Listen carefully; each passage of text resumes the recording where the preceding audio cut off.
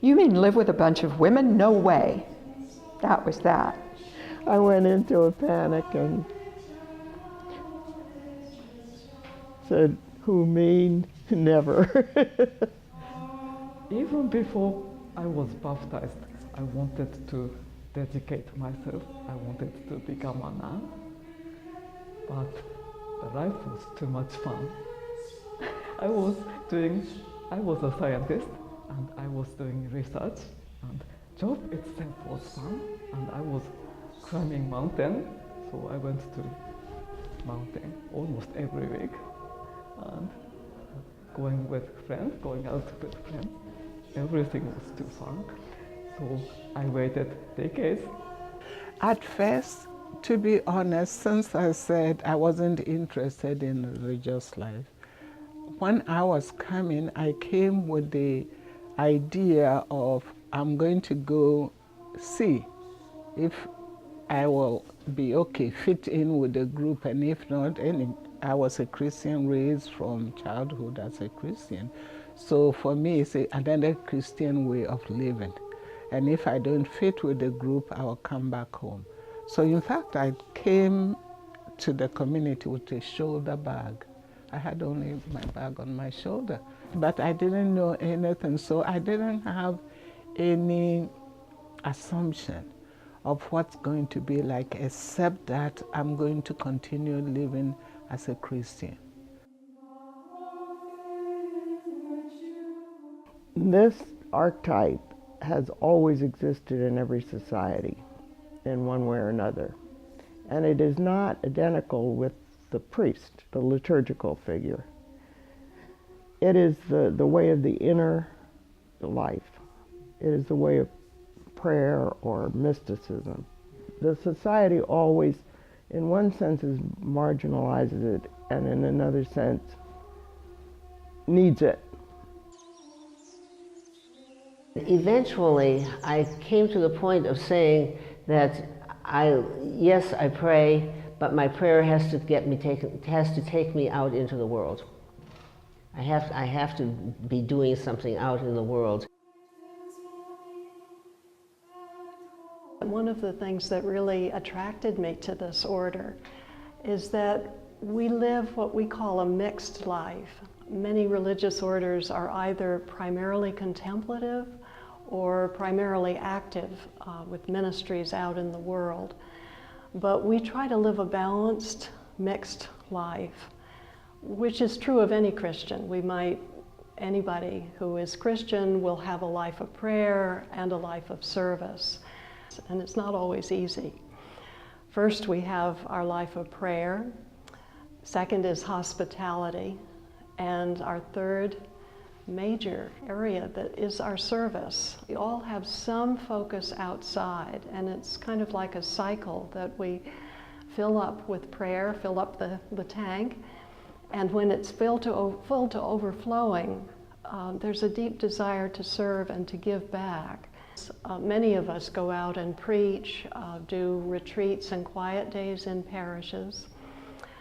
We have a number of sisters who have done ministry with children, tutoring and teaching children, Vacation Bible School, teaching Sunday school. A number of us have been involved in chaplaincy or hospice, volunteering one way or another. Over the years, we'd be here all day if I tried to list all of the ministries that any sister of the Order of Saint Helena has ever done. And if nothing at all, these bears witness to some of the ministries that anybody can do it, but we are set apart to do that. And for me, it's very important. Prayer for me, I don't really pray unless I mean to pray. It means a lot to me. So, and I think that's what we contribute to the world. I think the main thing that a community does is, first they say their prayers. They are that connection with the divine. Secondly, they offer hospitality to offer that space, that sacred space, to other people who want to touch it.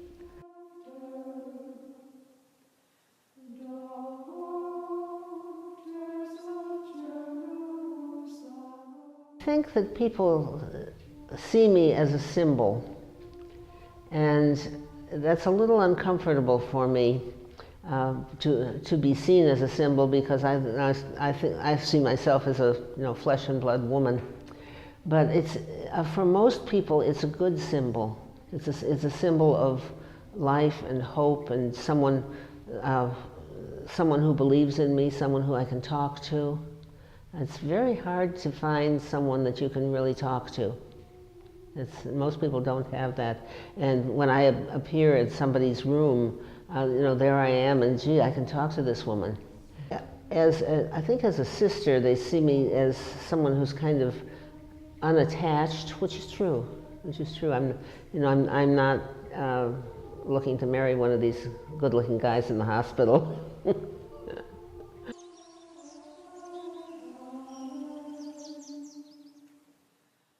You eat, play, pray. You live with one another. You work with one another. It's not a life estranged from the world. It is very much a life in the world, in a different way of being in the world. And there have been very difficult times when I have thought I really needed to leave. But I think that's part of just about everybody's life, no matter how they're living it.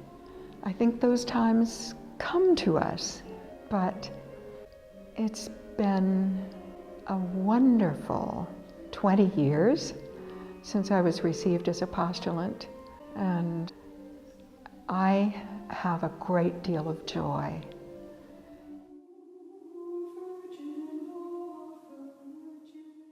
The church needs to actually try to help us with this vocation in life.